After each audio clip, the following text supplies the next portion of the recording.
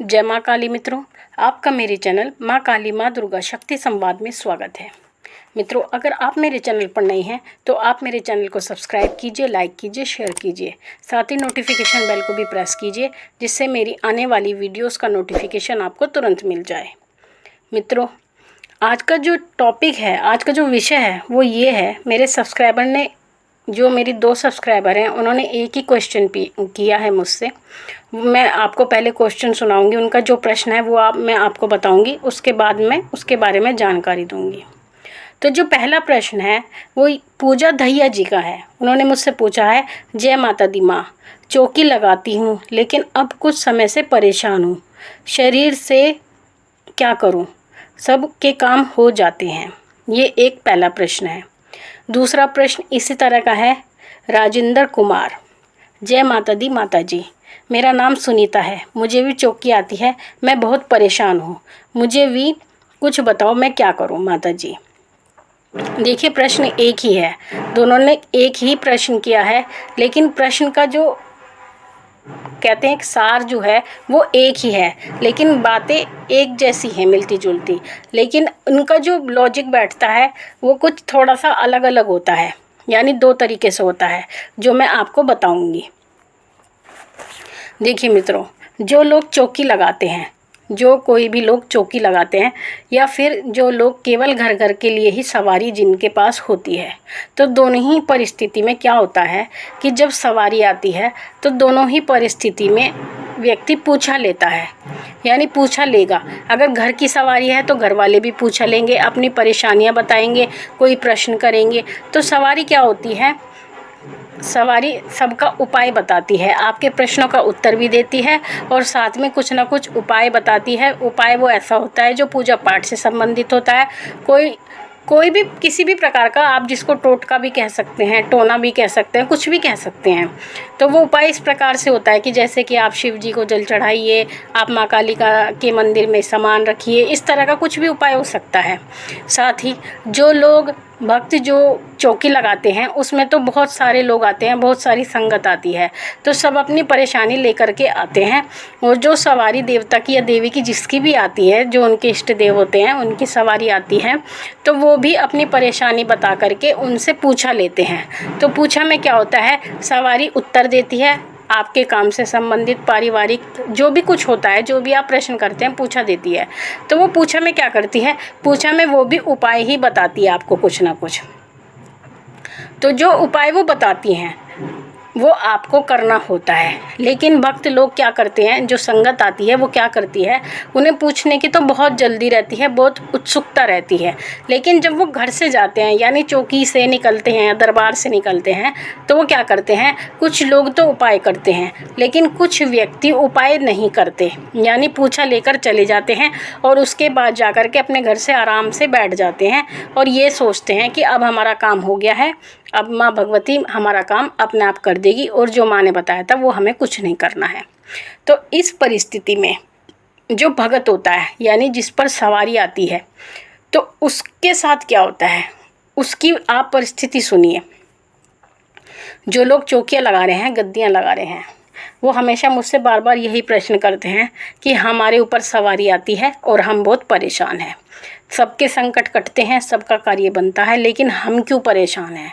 तो मित्रों, इसका जो रहस्य है वो ये है कि आप जो उपाय बताते हैं और जो व्यक्ति आपका बताया हुआ उपाय नहीं करता, चाहे वो कोई भी हो, वो घर का व्यक्ति भी हो या बाहर का व्यक्ति भी हो, अगर वो उपाय नहीं करता है तो जो उपाय आप बताते हैं, जो शक्ति द्वारा उपाय बताया जाता है, उसका जो भार होता है वो आपके शरीर पर होता है, आपके ऊपर होता है, और उसी भार के कारण आपके शरीर में दर्द होता है, आपके घर में परेशानियां खड़ी हो जाती हैं।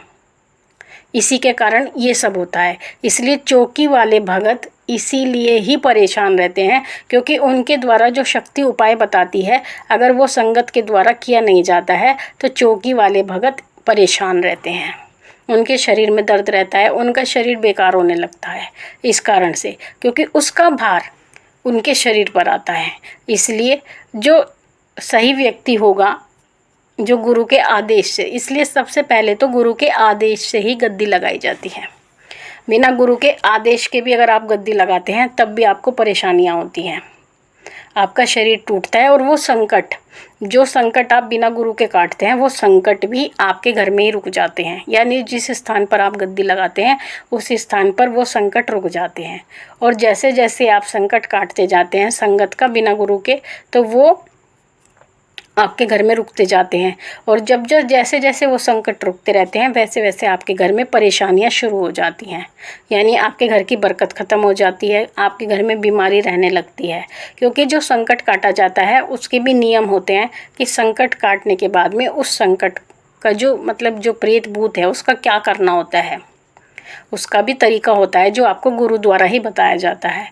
और बिना गुरु के ये ज्ञान नहीं होता। संकट कट जाता है, ऐसा नहीं है कि संकट कटता नहीं है, संकट कट जाता है, लेकिन उसके बाद उस संकट का क्या करना है इसका ज्ञान गुरु देता है। तो मित्रों, ये जो परेशानी होती है केवल इसी कारण से होती है कि आप जो उपाय बताते हैं उन उपाय का जो भार होता है वो आपके शरीर पर आता है। मैंने ऐसे बहुत लोग देखे हैं, भगत देखे हैं। मेरी जो जीवन है आज से 10-15 साल से मैं ये चीज़ें देखती आ रही हूँ। मैं बहुत लोगों को देखती हूँ, बहुत चौकी दरबारों को मैं देख चुकी हूँ। तो उसमें क्या होता है, मैंने ऐसी भी एक स्त्री देखी है जो उम्र से पहले जिसके शरीर खराब हो गया, घुटने खराब हो गए। उनको स्वयं नहीं पता कि उनके साथ ये क्यों हो रहा है। वो मुझसे कहती हैं लेकिन मैं उनका उत्तर नहीं दे सकती, क्योंकि ये बात ऐसी है कि मैं हर किसी को मेरे बारे में नहीं पता है कि मुझ पर सवारी आती है। ये बात गुप्त है, लेकिन मुझे पता सब होता है कि क्यों किसी के साथ ये परेशानी हो रही है, लेकिन उसका उत्तर मैं उन्हें दे नहीं सकती क्योंकि वो चौकी लगाया करती थी और चौकी लगाते समय उनका कोई गुरु नहीं था और बिना गुरु के वो चौकी लगाती थी। साथ ही वो क्या करती थी, चौकी पे जो सवारी आती थी वो कार्य कर जाती थी, लेकिन इसके अलावा वो कोई भी पूजा पाठ नहीं करती थी, कोई भी भोग प्रसाद वो अपनी जो सवारी आती थी उसको टाइम से देती नहीं थी। केवल वो अष्टमी का भोग लगाती थी, बाकी उनको पूजा पाठ का भी कोई तरीका नहीं पता था। और सवारी जो आती थी केवल संगत के लिए आती थी और चली जाती थी, इसके अलावा वो कोई पूजा पाठ भी नहीं करती थी। तो इस कारण से उनका शरीर खराब होने लगा था। तो ऐसी बहुत सारी बातें हैं मित्रों, वीडियो बहुत लंबी हो जाएगी अगर मैं आपको बहुत सारी बातें बताऊंगी। तो जो मेन इशू था, जो मेन विषय था, वो मैंने आपको बताया कि क्या कारण होता है कि आपके घर में परेशानियां होती हैं और आपके शरीर में दिक्कत होती है। तो मित्रों, आशा करती हूँ मेरे द्वारा दी गई जानकारी आपको समझ में आई होगी। जैसा कि मैंने कहा है, मैं अपने सब्सक्राइबर का प्रश्न लेती हूँ। उसमें जो मैं पहला प्रश्न ले रही हूँ वो है अभिषेक मानी जी का। जैसे कोई चिंतपूर्णी का भगत है तो क्या उसे गुरु दीक्षा में मंत्र माँ चिंतपूर्णी का ही मिलेगा या जिस शक्ति का उनके गुरु मानते हैं? देखिए अभिषेक जी, जो गुरु मंत्र होता है, गुरु मंत्र में वो इष्ट देव का मंत्र नहीं होता। यानी जो आपके इष्ट देव हैं आपको उनका मंत्र नहीं दिया जाता। गुरु मंत्र वो दिया जाता है जो गुरु द्वारा सिद्ध किया जाता है, गुरु द्वारा स्वयं सिद्ध मंत्र आपको दिया जाता है। उसमें वो भोलेनाथ का भी हो सकता है, माँ काली का भी हो सकता है, माँ दुर्गा का भी हो सकता है, बालाजी का भी, किसी का भी हो सकता है। वो केवल ओम भी हो सकता है उन्होंने ओम को सिद्ध किया हो तो एक ओम का भी हो सकता है, वो कुछ भी हो सकता है। लेकिन गुरु मंत्र का यही होता है कि वो किसी को बताया नहीं जाता, केवल शिष्य और गुरु के बीच में वो गुरु मंत्र रहता है। तो जो गुरु मंत्र होता है वो जरूरी नहीं कि आपके इष्ट का ही गुरु मंत्र हो। अगला प्रश्न है माँ काली भगत। इनका कहना है, माताजी सवारी खुद ये बता सकती है कि मैं पूजा पाठ से आई हूँ या अपनी मर्जी से आई हूँ, साधना करने से आई हूँ? सवारी बता सकती है, माताजी कृपया करके जवाब देना। देखिए, अगर आपके शरीर पर कोई सवारी आती है तो सवारी के पास ऐसा कोई प्रश्न नहीं है जिसका उत्तर ना हो। उसके पास हर प्रश्न का उत्तर होता है। वो क्यों आई है, कैसे आई है, किस कारण से आई है, वो आपको सब कुछ बता सकती है। सारा ज्ञान उस शक्ति के पास होता है। लेकिन शक्ति के जो सवारी आपके पास भेजी जाती है, यानी ऊपर से जो सवारियाँ आपके पास भेजी जाती हैं, जो किरणें भेजी जाती हैं, वो भी एक बंधन में होती हैं। ये एक सूक्ष्म बात है जो मैं आपको बता रही हूँ इस वीडियो के माध्यम से। यानी वो शक्तियाँ भी बंधन में होती हैं। अर्थात अगर जो सवारी आपके अपने घर के लिए भेजी गई है तो वो केवल आपके अपने घर का ही पूछा दे सकती है, उसके बाद का पूछा वो नहीं दे सकती।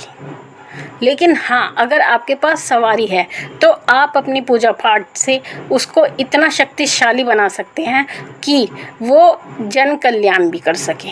लेकिन वो हर भक्त के बस की बात नहीं होती, क्योंकि इसमें समय देना पड़ता है, साधना करनी पड़ती है और साथ ही इसकी जानकारी भी आपको होनी चाहिए। एक अच्छा गुरु आपके पास होना चाहिए, तभी इन सभी बातों का आपको ज्ञान मिलता है। अन्यथा एक व्यक्ति कुछ नहीं कर पाता, वो जैसा होता है वैसा का वैसा ही रह जाता है। तो मित्रों, आशा करती हूँ आपको अपने प्रश्नों के उत्तर भी मिले होंगे। माँ भगवती से यही प्रार्थना करती हूँ कि वो आपके भंडारे भरती रहे और साथ ही आपकी सभी मनोकामनाओं को वो पूर्ण करती रहे। मैं आपसे फिर मिलूँगी अपनी अगली वीडियो में। तब तक के लिए जय महाकाली, जय महाकाल।